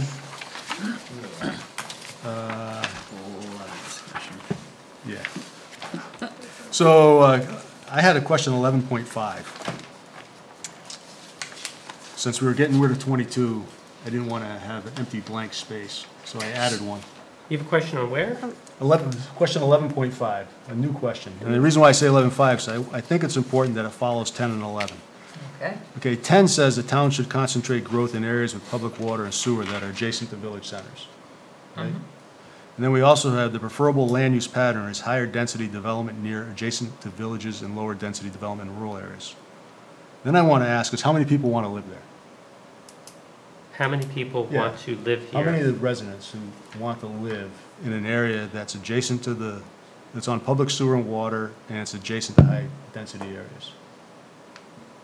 No, I mean, nobody's applying for permits in the growth area, and no one's No. applying for permits in transitional areas. Everybody's applying for permits in rural. they They can't say it's afford, about money, they can't. but we got $550,000 lots. So some Yeah, people but that's have- Goose Rock's Beach. Yeah, but that's the beach. very different than any other part of the growth Right, and you area. can't put a yurt But, house. Once you cross Route 9, the lot prices. but I got a sense that people still want to live on their little 3 acres of land if they can afford it, Mhm. versus in the middle of a village. Yeah. And I just want to know that, and maybe I'm wrong. I would I just don't necessarily ask, agree. and I don't know, but the folks who are gonna be taking this survey are likely already living here or visiting or own property. Right. And I think the target population for a question like that would be folks who are looking to move here and not necessarily already here. And I could be way off base on Could be. that, Yeah. but Could be. But I mean, I would answer that the way I would, right? I mean, I like living, I have my 3, my woods around. Yeah, I mean, I think, to get a good sense of that, you have to look at, you've got to look at multiple years worth of, permit data. I mean, Wallace Woods is a prime example of what I would point to in terms of the subdivision that, I think if you looked at subdivisions that we have in town in terms of the one that built out the quickest, so that one certainly takes the cake. And it's, the town water, town sewer, smaller lots. So to me, that's a pretty clear, just watching the sales of that, that was a pretty clear answer. You had, you know, even though, you know, the density is the same, you know, because it's the site overall, but Right. practically speaking, when you look at it, it has the appearance of a higher density because you have the smaller Right. lots, you know, that are there. So, They're smaller because of cluster or because they were because smaller of the requirement? cluster. Okay. Yeah, yeah, I mean, the balance of the lots is offset into open space. So when you're looking at the overall density, it includes the open space land, and so, it's still 40,000 square feet per, it's just you Right. have a smaller developed footprint, Yeah. in the cluster, so. I just like pointing Yeah. that out because, you know, if you're looking at data, right now, if you're looking at data on this year, you know, I mean, to some degree, you're looking at some of the supply, you know, that we're dealing with. But, you know, last year and the year before, you know, where you had, you know, Wallace Woods, I mean, it, boom, you know, it, you know, it went. True. And that's due to the proximity of the town center. That's right, yeah, I think that's, you know, I mean, the things that we all heard, you know, is walkability to town. Yep, sidewalks, That's things right, like town that. sewer, town water, Only down sidewalks the were rural there. area.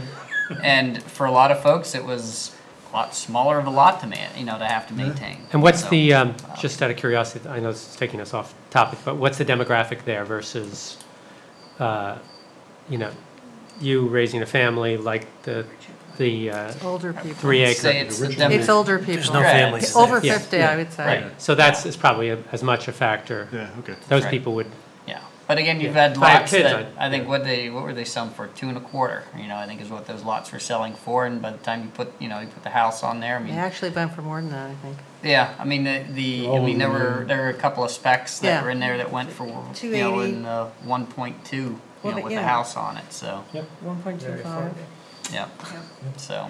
It's definitely not young families with kids. no, right. that's what I was. That was just a Yeah, thought. I mean- Not young families. Strike Okay. it. No, we're good. Okay. We'll stick with the extra We could blank just space go there. on topic on all this. Not I first know. time All home. right, No, The thing that I like is yeah, it's they could be. clean and open. Yeah, yeah. All right, 13, anything? Lack of affordable housing? You good? 14? 15? 16? 17? We eliminated 22, 18, Yeah, 19, 18, 19? 21, and I had a comment on 19. Yeah, I think you 19, did, I thought you okay. did. Yes, your comment was that the language makes it seem that the fees cover the cost, when probably they just support various budgets. Yeah, Could we say fees to pay for municipal services and facilities, or to subsidize municipal services and facilities? Do we have any that cover, Werner? Well, I mean, I think, It's like your department, would that? no, No. no, we don't, yeah. And we you would don't- be you would be the most. Yeah. No, we don't cover, You would have the best record. right, well, yeah, it's just something that we can, Right. I mean, we track every year, and we show to the budget board every year, you know, what the department has taken in for billing permit fees, and then we just relate it to what the cost of the department is. Yeah. And So can we say So when we strike the cover on- and just put support, the only one to that you support the have- cost or to Yeah. pay for municipal services? support. to support, because it doesn't pay for it all. It would never pay No. for it all. Right. So just say it supports the cost. The only one that you have that operates on an enterprise account is the sewer Munis- department. Oh, sure, but that's a separate, That's right, Okay. yeah. yeah. But the They- fees from the municipal parking lot go a long way. That's correct. I mean, if you were to look at the parking lot, it's the same thing. I mean, it also operates on an enterprise account, and so it takes care of itself. Yep. Yeah. Yep. Okay, so to support. To support, Okay, instead of to cover. all right. 20, anything? What's a home occupation? Basket weaving. What is- Knitting. what was it? Computer Well, that's what scientist, that- That's how Originally, it- accounting, Yeah. originally it But how was, Zumba I teacher. it don't was get it. knitting, What would they do to actively sewing, support it? you know, it was Making the little jams. lady, Zoning? yes, making Yeah. jams, and the little That would lady be did it. stay home. Yeah. Okay. It's got to change. It's an antiquated, Yeah, definition. it's a lot, I mean, the language is antiquated for sure. You know, I mean, home occupations, I think, you know, when home occupations were really first started, being regulated, and I'm guessing it started in the 70s, that meant something very different than it does today. So I operated a home-based business until my business outgrew my Right. home. Yeah. And then I kind of had nowhere to go until luckily I found a piece of property that I had to go to planning board to change the use of to be able to move into it. But Right. if it wasn't for that, I would have had to look outside of town That's to right. relocate my business to. But you were in a zone that allowed that home occupation to be there because you were like in, like if I had tried that at Goose Rocks, I probably couldn't have done it. Whereas Yeah. out in the rural zone, which is, Technically, I wasn't Right. I wasn't supposed to. He was pushing the envelope. Yeah. Yeah. But he's all right I mean, now. it's a zoning issue. Isn't it I really mean, it's- commercial It is- versus Right. residential? You Isn't know, it, there's sort of a is little there a bit better of a, way? I mean, It's not an uncommon question that we get, especially when when you deal with, say you deal with the electrician and the plumber that has has their own equipment that parks in their driveway. Right. I mean. And the truck's always there. Right, I mean, I'll tell you, in my opinion, I don't qualify that as a home occupation just because, they bring their work truck home, with them, or they have their work truck there. But at some point, any business owner who's successful, outgrows their location. Right. And so, you go from the guy who has his pickup truck and his mower, which doesn't really rise to the level of anything because, it's his own personal property. And then you step up into, the next world where, well, maybe I've got an employee or two, and I've got, another truck and another trailer, and I think that's where you kind of that probably falls more into that home occupation description, I tell folks, think of home occs as almost as mini conditional uses. Yeah. Because they're a stepping stone. And then the next step is, all right, you have a conditional use that's the primary principal use on a lot, like what you're doing now, Mike. Like that's, is a primary principal use, of having your landscape business on a separate property.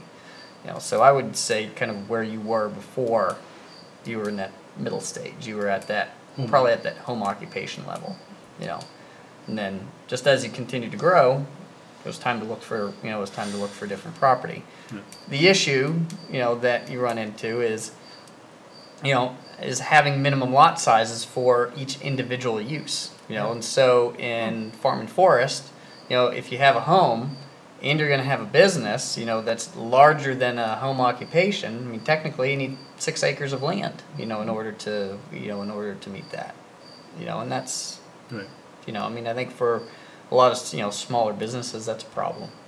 so the reason you asked this question is so that if everybody says, yes, we should do this, the town should be more flexible in its zoning ordinance to say that more uses or certain uses, outside of the home, on a residential property, or inside the home. Right. Whether you're, Yeah, I mean, So I think it's still a good question to ask. it is. It's a good question. It's a great question to ask because I mean, on one hand, home-based businesses and home occupations are going to mean different things to different people. Right. And there are a lot of what would probably have qualified as home occupations in the 70s that That's right. I just today's day and age I don't consider as a home occupation that is subject to a zoning board review. When somebody works out of their home and they work for they They're on they a work computer over all the day. internet. Yeah, telecommuting. Right. I mean that to me is not. 'Cause I do my real estate at home. That's right. Yeah. So there's definitely a need to, to bring that, definition and that discussion up into the future, or into the present, I should say. is there a way we should modernize the question? Like use distance workers or, Yeah, I mean, I think, if the language is outdated, unless it's tied to the land use, the zoning. I mean, I think we'd be okay here. I mean, Yeah, like Laura said, it's going to mean different things to different people. Okay. Yeah, So- it's in the LUL. Yeah. I mean, to me, when this says, should work more actively to support, and if you have a ton of strongly agree, for me, that's a question of process then. Right. is, okay, if there's a lot of strong support, you know, to support small home-based businesses and home occupations, then to me that says that process-wise, it's not, Right. it's not a conditional zoning board of appeals, you know, permitting process. It's a, all right, if you fit within these categories, it's a permitted use, and you're able to do that, as long as it's a small-scale operation, you know, that doesn't go into a conditional use description. Agreed. But that's what I would take away, Yeah. you know, if I had a lot of strongly agrees. Right. Yeah, okay. Good deal. 21 we changed, right, so we're gonna add Yeah. a high-quality elementary school, because we don't want anything other than that. Yeah. Right. Eliminated. Get rid of Eliminated 22. 22, Yeah, that's. 23, Now 22. or, yeah, it'll be now 22. 20, I didn't have any other changes except for 27. What we You changed. got 24, 25, 26, any changes? Nope. 27, I was just wondering, should we add, because it's come up a couple times, was like things like fertilizer applications, that kind of stuff.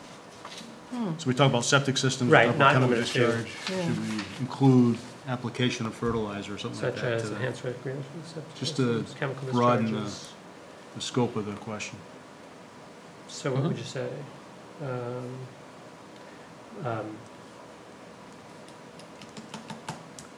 Lawn? Yeah, I mean, chemical discharge, It's kind of, I don't know what that means. yeah, You know, that, I think if you're going to be specific on septics, I think you should be specific on what you mean with, yeah, you so know, maybe we strike chemical chemical Chemical discharge. discharges are pretty well covered by the Clean Water Yeah, Act. Right, but I'm just- and Right, so And we're not state law. talking like, you know, we're not talking, you know, an overboard discharge, or we're not talking the No. discharge from the treatment plant. You know, and we're not talking about if we had a dry cleaner in town that was directly adjacent to the river. Right. You know, I just think you need to clarify really what that means. If you're talking about lawn fertilizers, then That's say what I lawn, thought. you know, Yeah. say Yeah. lawn fertilizers. Yeah. That's what I was thinking, lawn fertilizer. So say, well, it's law, it's probably, I mean, it's two things. Fertilizers for the nutrient problem and insecticides for the every other Right, so part we of can it. put fertilizer Yeah. applications, insecticide, Yeah. pesticide. Fertilizer Yeah. and insecticides. Pesticides, yeah. Yeah. Pesticides. So that makes it more of a residential type. That's Yeah. right. Yeah. Fertilizer and That's right. pesticide application. Yeah. Right. Yep. Fertilizer and pesticides. Okay. I suspect they're gonna say no. but we'll see. I didn't have any changes on the next page, 28 through 32. Anyone else? Nope, I was good.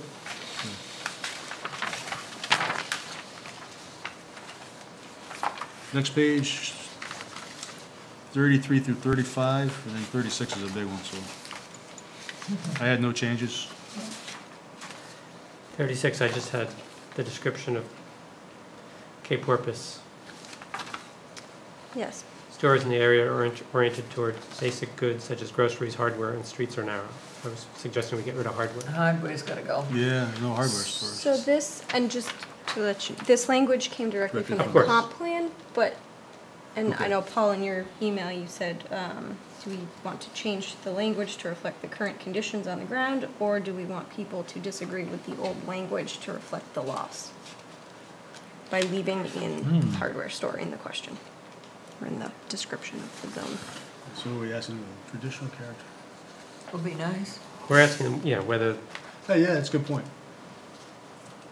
So the loss of a hardware store, does that negatively impact people's it feelings? was horrible. It's been gone for a Yes. while. But still, Yes. Well, I mean, it might be for, I mean, certainly when you talk. oh, it was a big loss. Is Yeah. what- Yeah, Yeah, it We're was talking to horrible. fishermen and stuff, now they gotta go, yeah, all the way to Route 1. yeah, to get something that they need. What about the gas tanks?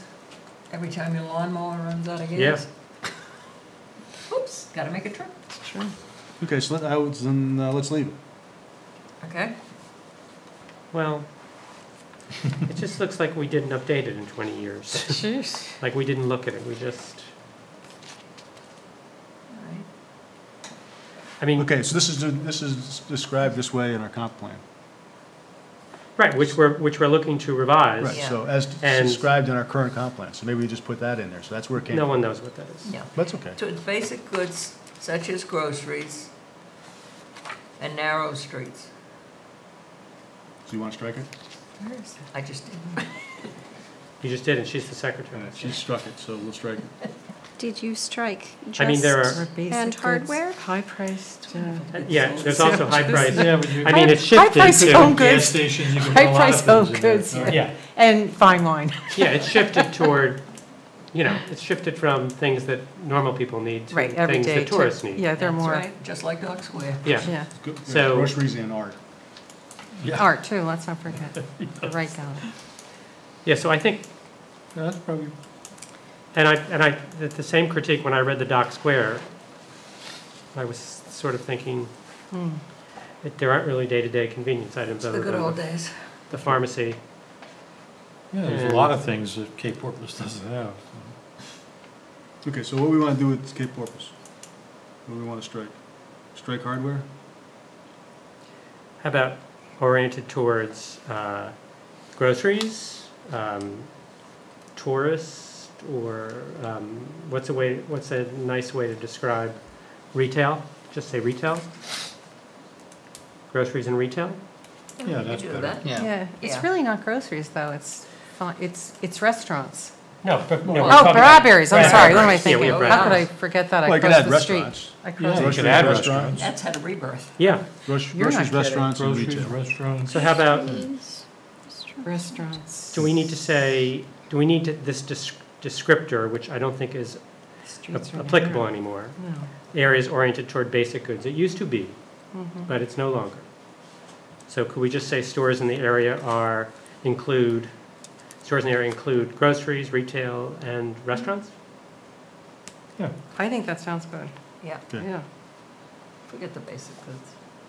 I don't think narrow streets, that's not something that really speaks too much, does it? Well, Is we're that, getting It wider. is. that's the physical, Still is. They still have them. We're getting we wider. still want to put that little charm in there, okay. Yeah.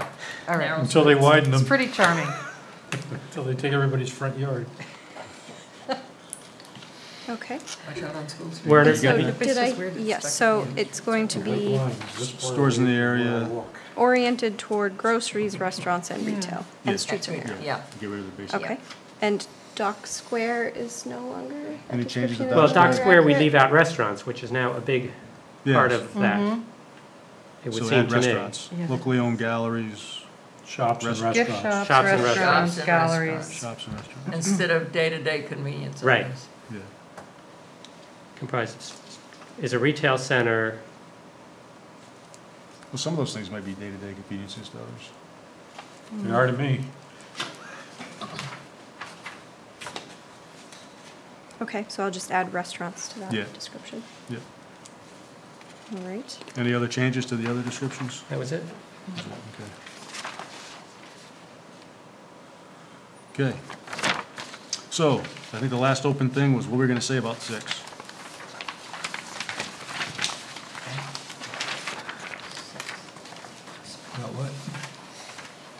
How about, Please rate the level of importance of the following, for what purpose? the For- following items describe Kennebunkport? I just don't, I mean, again, low crime rate does, attractiveness of the town would, access to the coast would. I don't know what character of the housing, I think we'd have to change that, Hmm, right? It doesn't really describe. So, something about small village centers or something like that. Isn't this taken from the old one? Yeah. yeah, It is. Yeah. So if we're gonna do a comparison, We leave it as is then. What are we working on? 6, number 6, the intro to number 6. I just thought that, And then you tabled it? yes. Yes, we I were stuck. remember. I remember now. Yeah. I just think if You got 2 people minutes to get to finish. number 7, they'll say, didn't I just answer these questions for 6? Rate the Well, they're importance. different questions. Right, but then I said, why didn't they just put these 14 items together instead of making it 2 questions? But these are sort of characteristics No, of no, the I ideal understand. town. And the other one are things that we might want to add or improve. Yeah. No, I understand. Yeah, I know. But we, Just, yeah.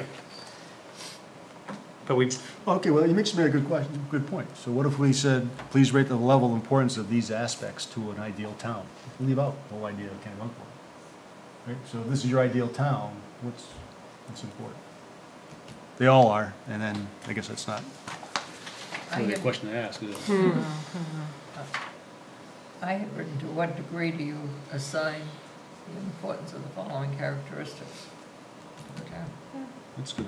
Well, that's, I think. that's what we sort of To what agreed on. degree? I just felt I like, think that's fun. I just felt like you get sort of lost in that. Yeah. Or Too just long. say the following town characteristics. Yeah, how Rate the- important Rate are the following town. Characteristics. Yeah, rate the Town- following town Town characteristics. characteristics. That's good, short and sweet. So please rate the following town characteristics. Yeah. And say, agree strongly. Yeah. We want to change that, or? Strongly agree, somewhat agree. I think you might need some additional language Yeah. in that question, Yeah. not just Like where? rate the following characteristics, because you're rating them Yeah.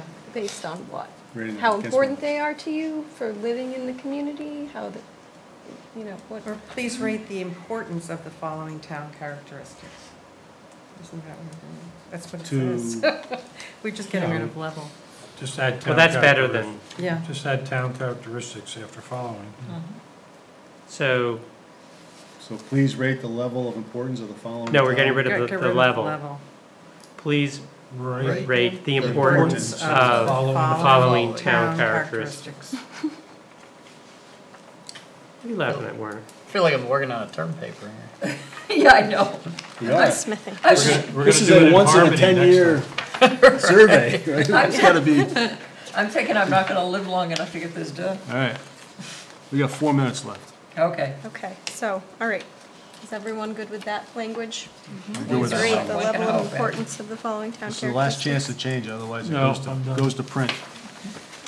Turned away. So you my very much, other, Abby. the last thing I said is could someone remind me of what the distribution is going to be on this?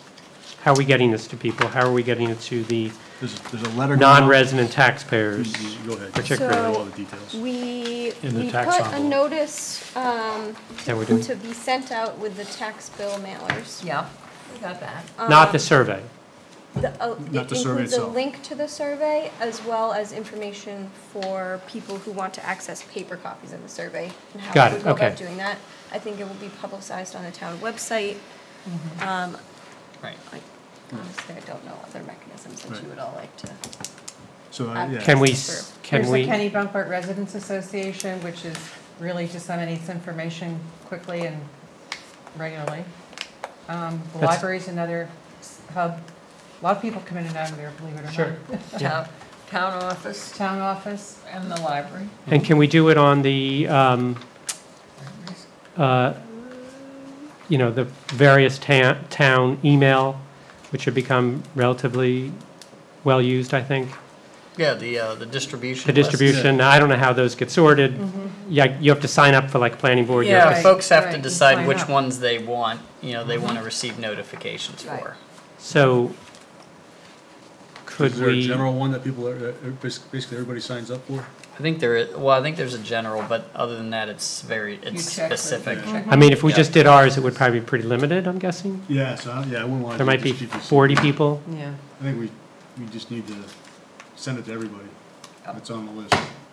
Yeah, so could we talk with Lori about that? Like when she did the one to Oh, questions, yeah. Yeah. the town manager's Yeah. thing she sent out. Yeah. That must have been to some broad, Yeah, she had a big blast. Yeah, we can pose that question. Yeah. thanks. And then when's the newsletter come out? I was trying to, Lori talked about having an opportunity for us to have a piece of that newsletter. And that comes out in October? Yeah, I was gonna say that, I Yeah, think it's 'cause in Arlene October. sent So- out a And this is gonna be available September 1, I think is the text we Correct. put in, right? So, when did we Yeah, give a we'll close miss the, date? we'll miss we'll miss the opportunity to kind of put results, Yeah. if you were, but, And when's the next one after that? The Is next. it just once a year? Isn't it No, every a 6 couple. months, twice a Yeah, year? we usually have a newsletter, So you do it before the There's town like meeting? a- yeah, we have Before the the two. town meeting? Yeah, Right. that's it, Yeah, we have the 2 newsletters, so. Okay. Is Yeah, there a so you'll- close date that we put on this? That have to do the surveys completed by, we didn't put a date, right? We No, did I not, don't think no. you, yeah, we Okay. didn't set a close date yet on it. Which is fine. We can add that language to the intro on the actual. Do we want to add a close date? Well, if we can get it in the, in that newsletter, then I would have a close date after that. Yeah, that's what I was thinking, so. Yeah, November. Just that, so we can have like a reminder in that, to Yeah. please Right. complete your survey by. Yeah, I mean, Arlene's working on the the articles right now, so the deadline for those articles is really within the next week. Right, I get that. So, for that newsletter, so Okay. you won't have results for. Won't have results, but we could put in a reminder to do it. That's right, If you haven't done it absolutely. yet. And say Okay. there's 2 weeks, 2 weeks more to do it or whatever. Yeah, so when we, now it comes out in October, right, middle? So, Yeah, I don't remember the specifics, it does come out in October.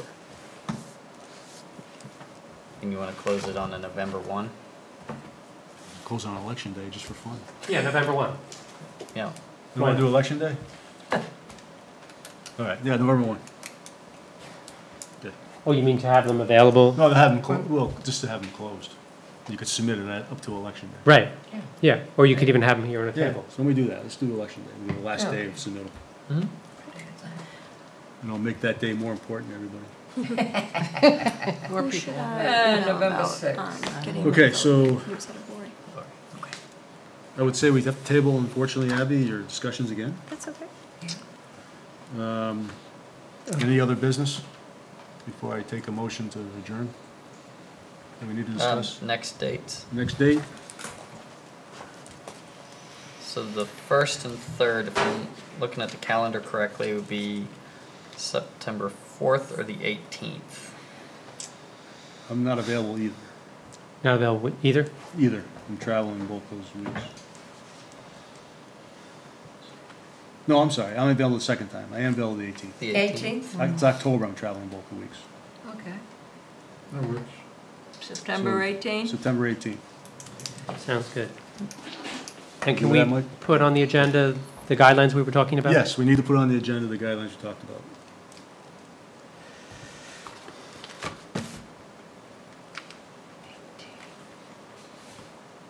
And I'd like to have on the agenda any update on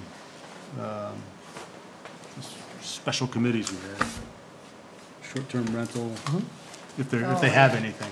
It'd be nice just to get an update. Yeah. Short-term rental and what was the affordable Affordable housing? housing. Affordable housing. Yeah. Okay, Jim, you're up.